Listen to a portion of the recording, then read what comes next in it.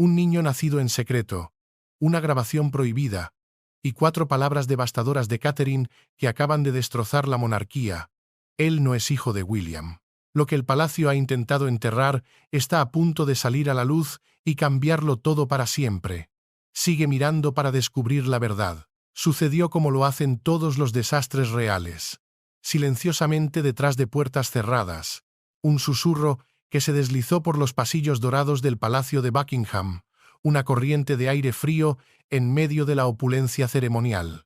Las llamadas nocturnas, las cancelaciones abruptas en la agenda de Catherine, la princesa de Gales y sus inexplicables ausencias pronto se convirtieron en un patrón inquietante, una grieta en la fachada perfectamente pulida de la casa de Windsor. Pero cuando un asistente de alto rango, pálido y nervioso, fue escuchado decir las palabras «esto lo cambia todo», incluso los observadores más leales de la realeza supieron que algo monumental se avecinaba.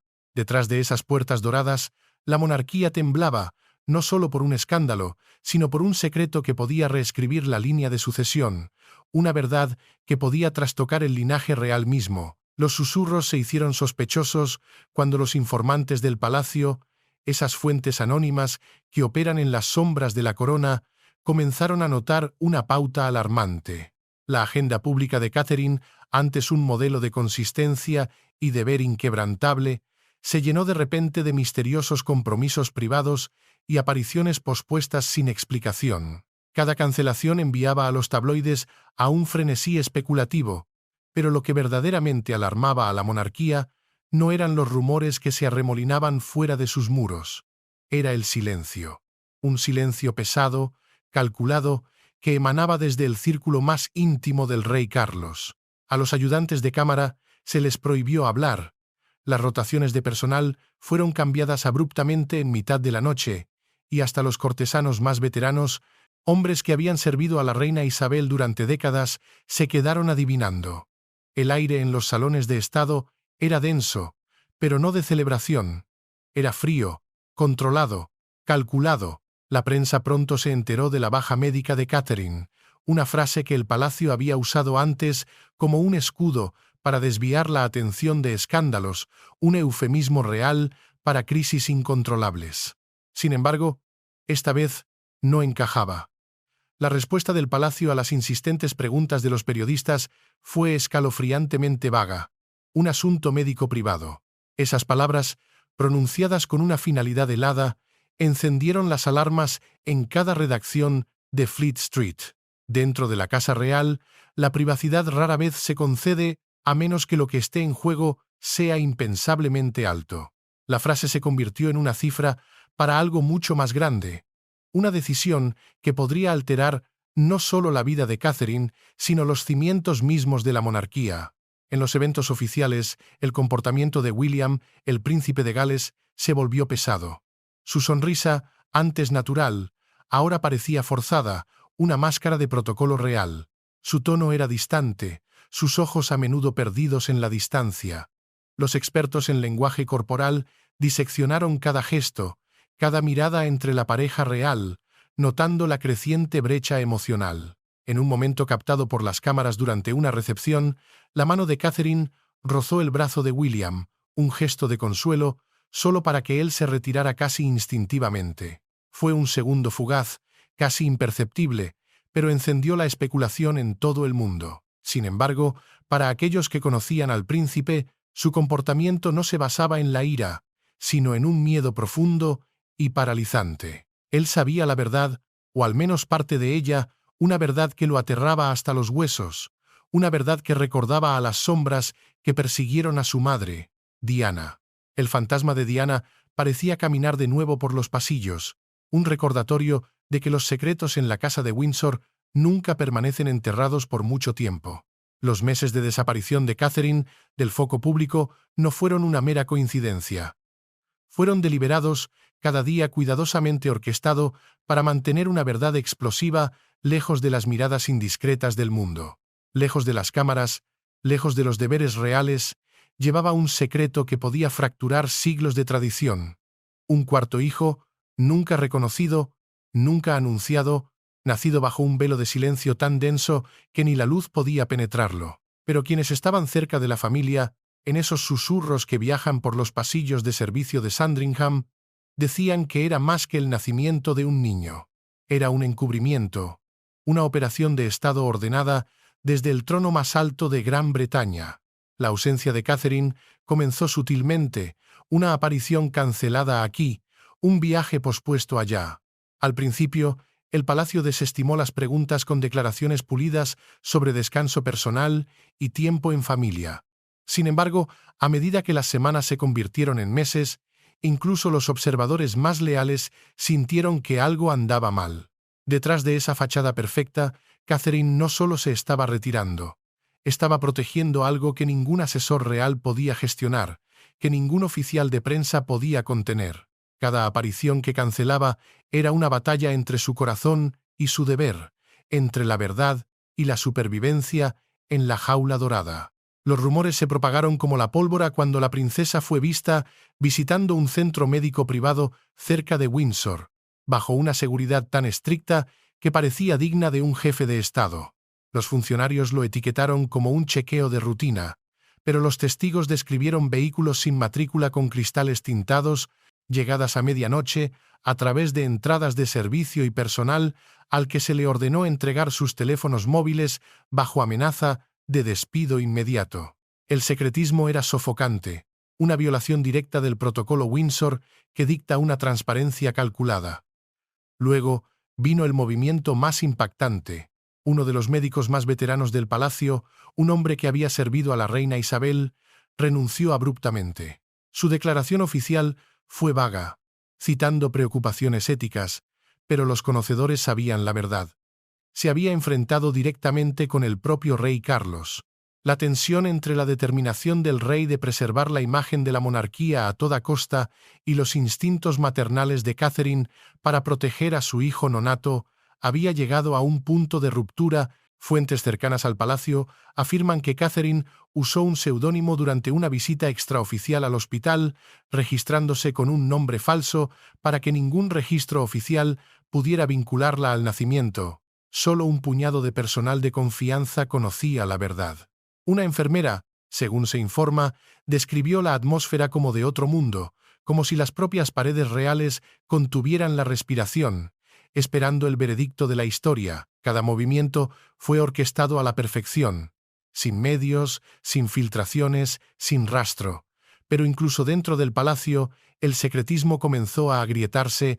Para Catherine, la carga emocional era aplastante. Atrapada entre su instinto de proteger y su miedo a traicionar a la corona, vivía cada día atormentada. Su radiante confianza, antes su armadura, se desvaneció en un aislamiento silencioso. Incluso William, aunque ferozmente protector, luchaba por comprender la profundidad de su decisión. Su sentido del deber hacia la monarquía, un juramento hecho al nacer, chocaba con su devoción por su esposa. Su vínculo, antes inquebrantable, se llenó de preguntas no formuladas y noches de insomnio. El silencio de Catherine se convirtió en la misma cosa que los separaba, un muro invisible construido no por desconfianza, sino por amor, retorcido por el miedo a una institución que a menudo exige sacrificios de sangre. Cuando Catherine finalmente habló, el mundo contuvo la respiración.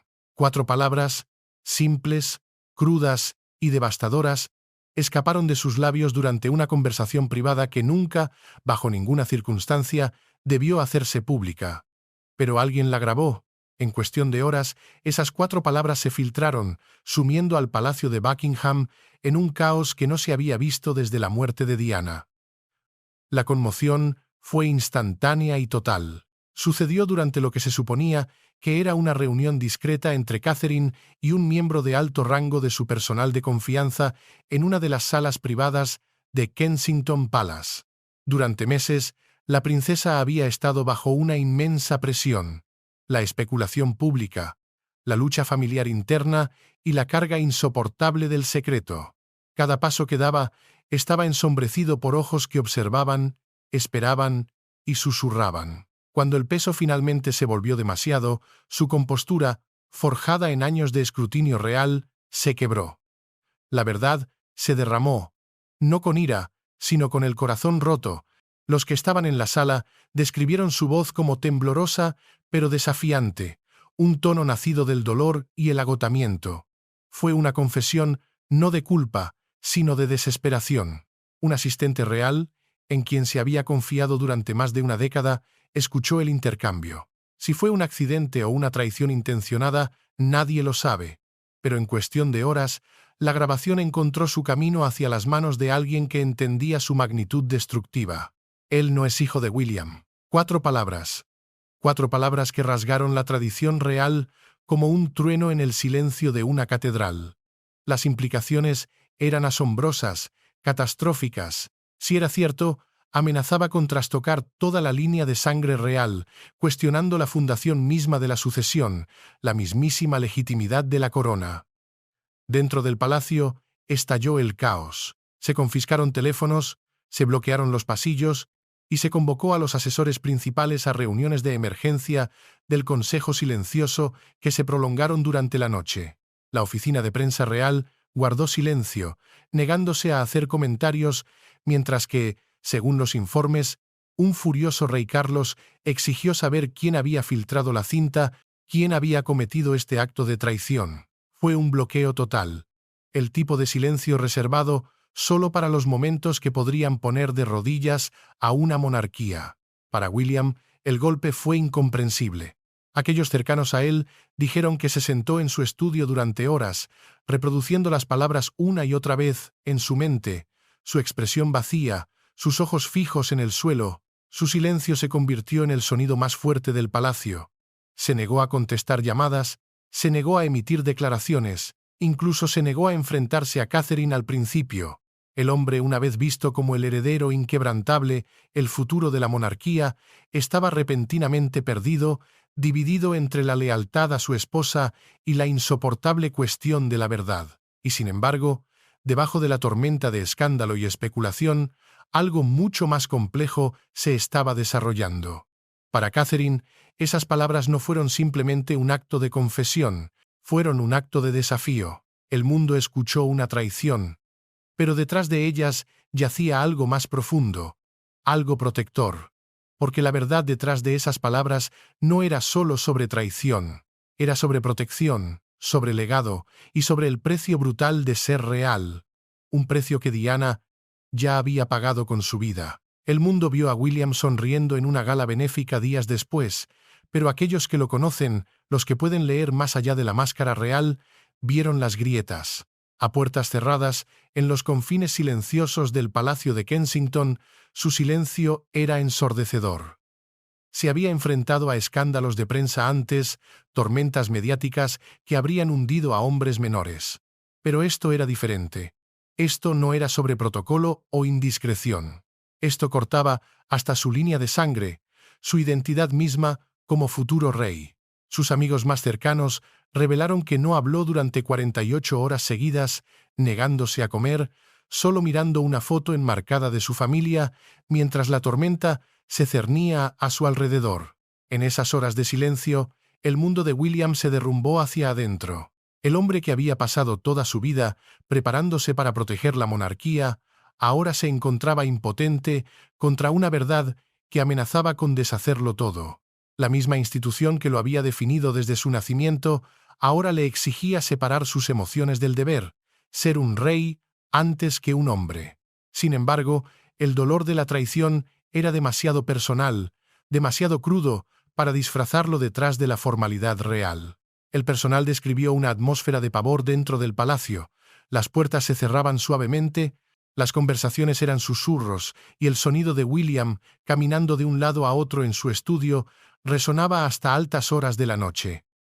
Ya no era el heredero, era un esposo y un padre, roto e inseguro de qué creer. Cuando Carlos finalmente intervino, la confrontación fue inevitable y brutal. El rey, siempre pragmático, un monarca forjado en la fría lógica de la supervivencia institucional, insistió en que el control debía ser lo primero, la reputación por encima de la emoción, el silencio por encima de la honestidad. Pero William se negó a ser aplacado. Por primera vez en años, la tensión latente entre padre e hijo se desbordó en un desafío abierto. Carlos habló de óptica y legado, de la necesidad de presentar un frente unido para proteger la corona. William, con la voz cargada de una angustia que ya no podía contener, exigió la verdad.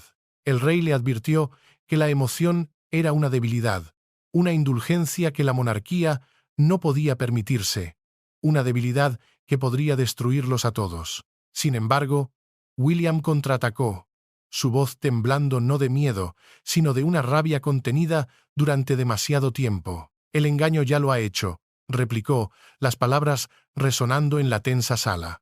Esa noche marcó un punto de inflexión. William ya no era el obediente hijo de su padre, era un hombre dividido entre preservar la monarquía y proteger a la mujer que amaba. El peso de esa decisión se hizo insoportablemente más pesado cuando el príncipe George, ajeno a la tormenta que consumía a su familia, hizo una pregunta inocente durante el desayuno. «¿Por qué todos susurran sobre nosotros en la televisión, papá?» Las palabras cortaron a William como un cristal afilado. ¿Cómo podía explicar la traición, el secretismo y la duda a un niño que todavía veía el mundo en absolutos de bien y mal? Se excusó de la mesa, la comida intacta, retirándose una vez más al mismo silencio que lo había atormentado durante días. En ese momento, el futuro rey se dio cuenta de que la monarquía no solo estaba perdiendo la confianza de la nación, estaba perdiendo la confianza de su próxima generación. Estaba fallando en el deber más fundamental de todos, el de un padre. Justo cuando la monarquía comenzaba a fracturarse desde dentro, un aliado real improbable intervino para enfrentarse a la propia Catherine. Nadie se enfrenta a Catherine, la joya de la corona, y sale ileso, pero la princesa Ana lo hizo. Conocida por su lealtad sin concesiones a la corona y su pragmatismo de acero, Ana organizó una reunión silenciosa en la soledad de Sandringham. Los informantes más tarde lo llamaron el ajuste de cuentas. Ana no buscaba chismes.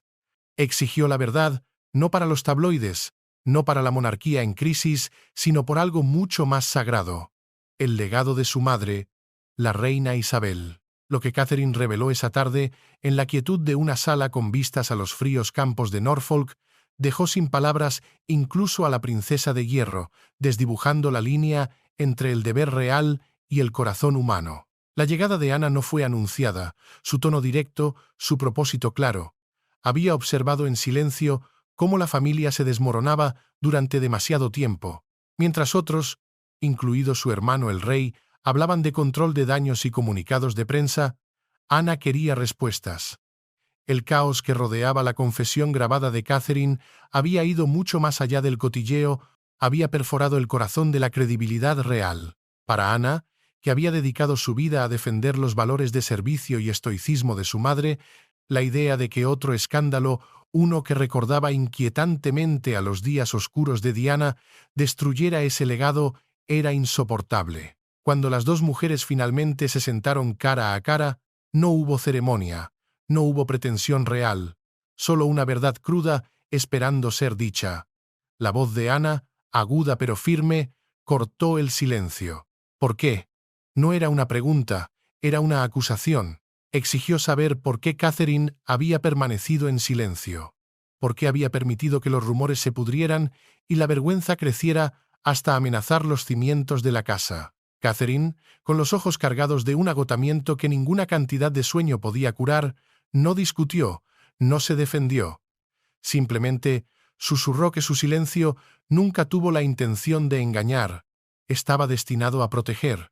Esas palabras quedaron suspendidas en el aire, una confesión envuelta en dolor. Ana presionó más, su escepticismo grabado en cada línea de su rostro. Pero cuanto más hablaba Catherine, más claro se hacía que las 4 palabras que el mundo había escuchado no eran una admisión literal de traición, eran un escudo, un intento desesperado de proteger a otra persona. Entre lágrimas, Catherine reveló el tormento de vivir entre la verdad y la supervivencia. Su secreto, explicó, no era una negación de la lealtad, sino un acto de sacrificio. Había elegido soportar la sospecha y el odio, convertirse en la villana de la historia antes que exponer una vida inocente a la crueldad implacable del mundo. Sus 4 palabras estaban destinadas a desviar la atención, a atraer el fuego lejos de la historia real.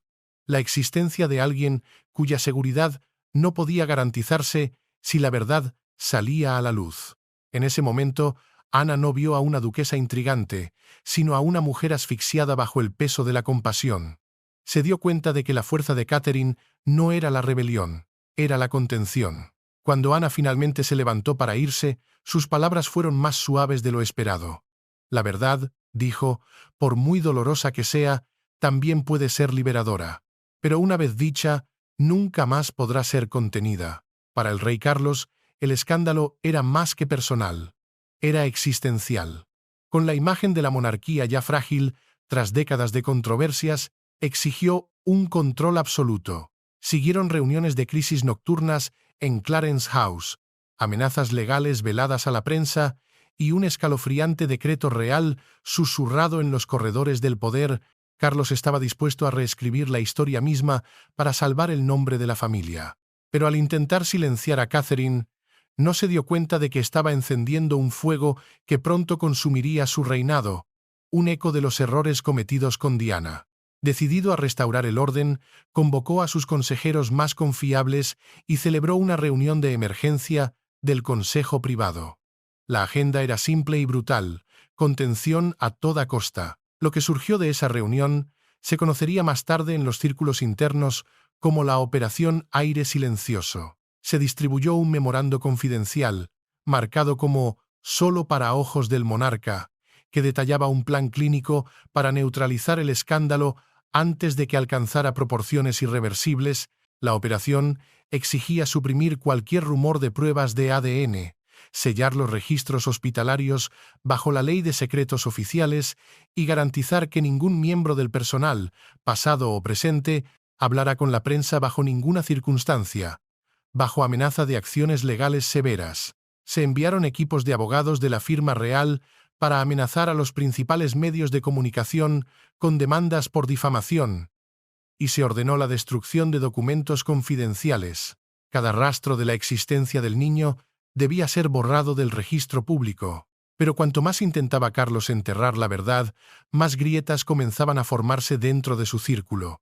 No todos estaban de acuerdo con sus tácticas. Asesores leales al legado de la reina Isabel instaron a la transparencia, advirtiendo que la monarquía no podría sobrevivir a otro encubrimiento al estilo de los años 90. Un asesor de alto rango, según se informa, le advirtió a Carlos que la historia no lo perdonaría si convertía la monarquía en una dictadura de secretos. Pero la paciencia del rey se había agotado.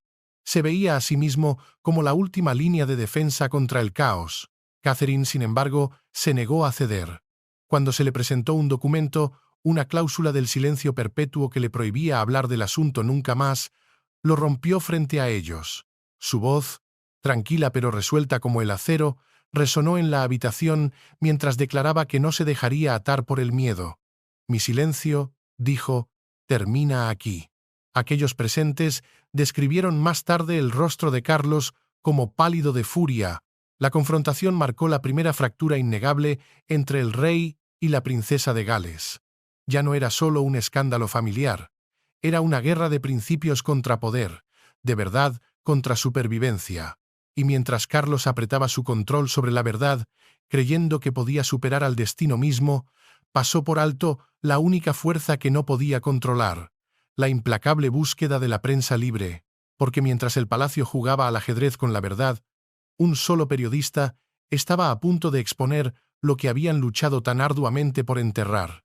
Le advirtieron que dejara de cavar. Sus correos electrónicos fueron eliminados de forma remota, su acceso a la prensa revocado sin explicación, y su teléfono comenzó a emitir un extraño chasquido, una señal inequívoca de que estaba intervenido.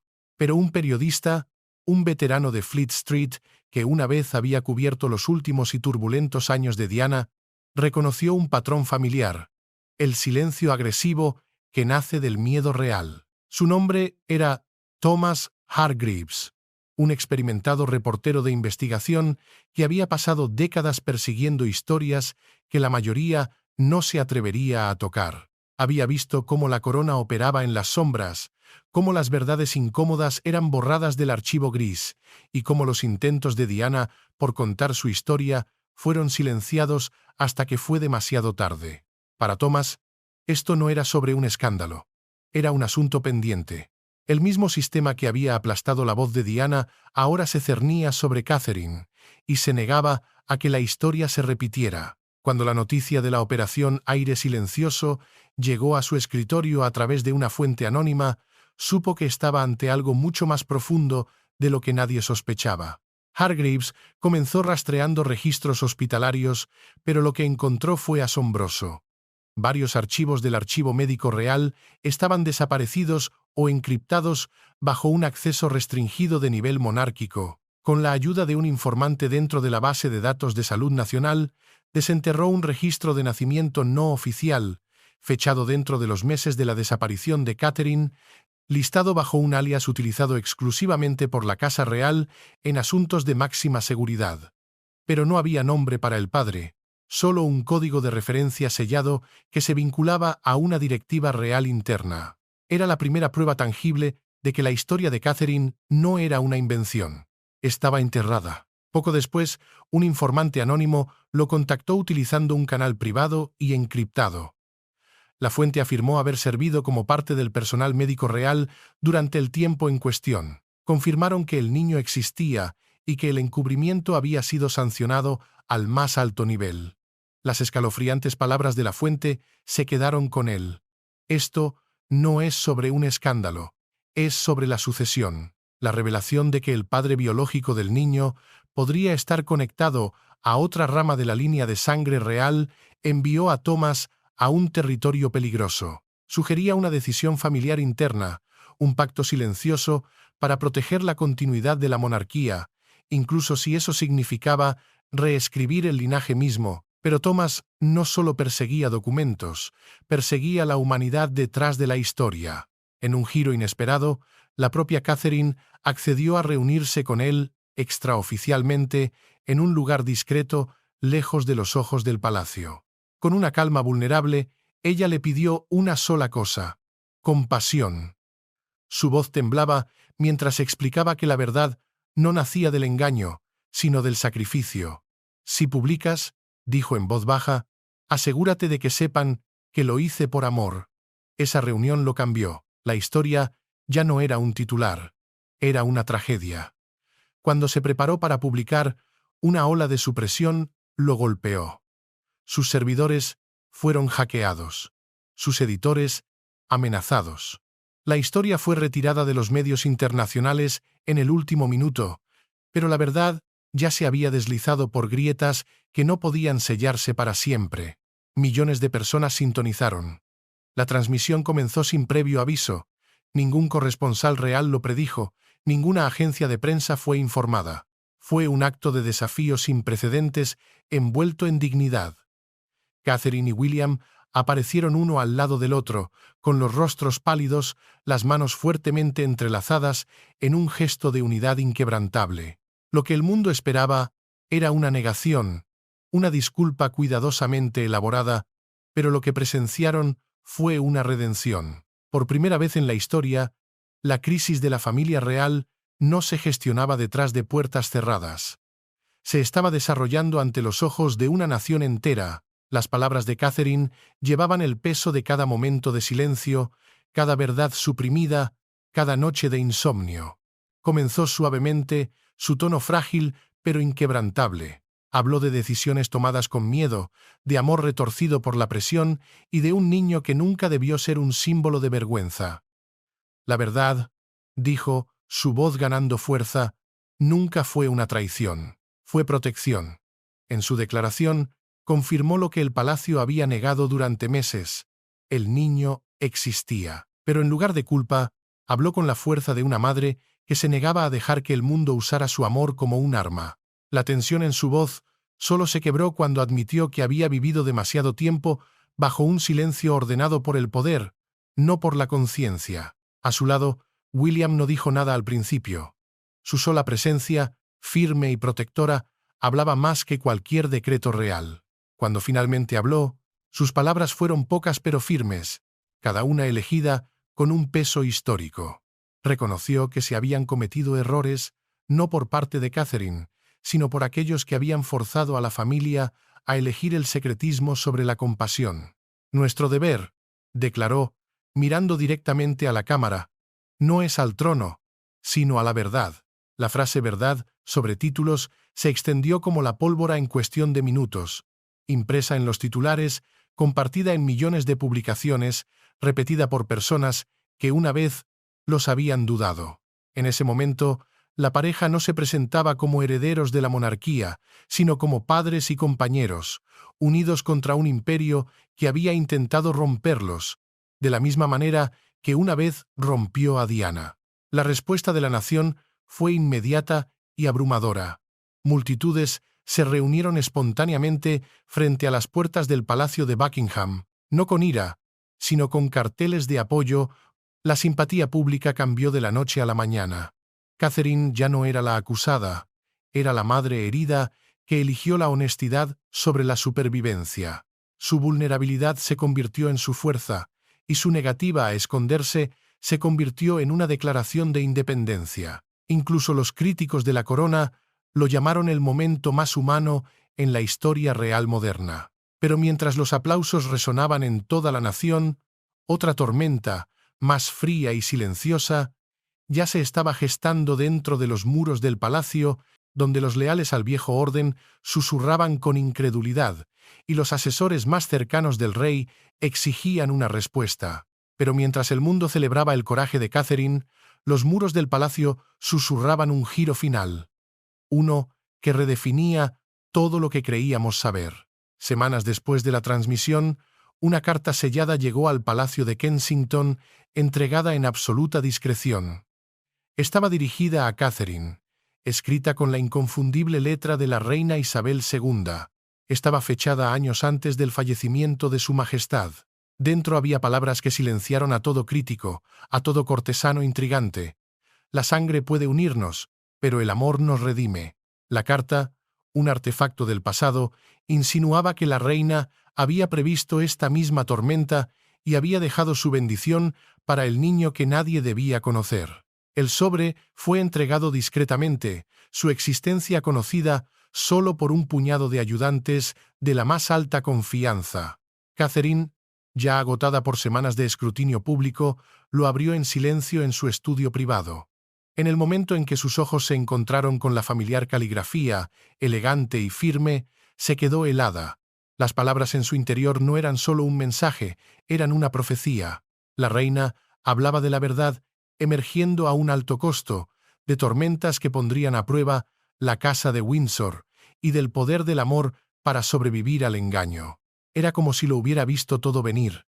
El silencio, el escándalo, el corazón roto. Y había elegido dejarle a Catherine no instrucciones, sino absolución. El tono de la carta era maternal y majestuoso. Hablaba de compasión por encima de la convención, recordando a Catherine que la fuerza de la monarquía no residía en su secretismo impenetrable, sino en su humanidad. «Llegará un momento», había escrito la reina, «en que el silencio ya no nos protegerá. Cuando llegue ese momento, elige el amor, y honrarás esta corona más de lo que cualquier deber podría hacerlo jamás». Catherine leyó las líneas una y otra vez, las lágrimas caían sobre el pergamino envejecido, manchando la tinta de un tiempo pasado. No era solo un permiso para ser perdonada por el mundo, era un permiso para perdonarse a sí misma. Cuando William leyó la carta más tarde esa noche, lo hizo en voz alta ante los miembros principales de la familia. Su voz, normalmente tan firme, se quebró a mitad de camino, la emoción rompiéndose bajo el peso de la clarividencia de su abuela. Incluso Carlos se sentó en un silencio inusual, su rostro una máscara ilegible, mientras los ojos de Ana brillaban con un orgullo contenido. Solo Camila permaneció inmóvil, su expresión atrapada entre la incredulidad y una fría desaprobación. Para ella, el mensaje de la carta era peligroso. Legitimaba una verdad que ya había sacudido la monarquía hasta sus cimientos, socavando la autoridad que tanto le había costado ganar. Pero para el resto de la familia fue algo completamente diferente. Fue un salvavidas, un camino a seguir dictado por la mujer que había guiado la monarquía a través de las aguas más turbulentas del siglo XX. En las semanas que siguieron, el palacio comenzó a cambiar su postura, no con una declaración, sino con el silencio de la aceptación. No hubo declaraciones públicas ni admisiones oficiales, pero los gestos sutiles hablaron más que los decretos. Se hizo un reconocimiento silencioso en forma de inclusión, una modificación discreta en los documentos internos de la casa, un reconocimiento tácito de que el niño, una vez borrado del registro por miedo, ahora era parte de la historia real, aunque fuera en sus márgenes secretos. No fue un triunfo, ni fue una rendición.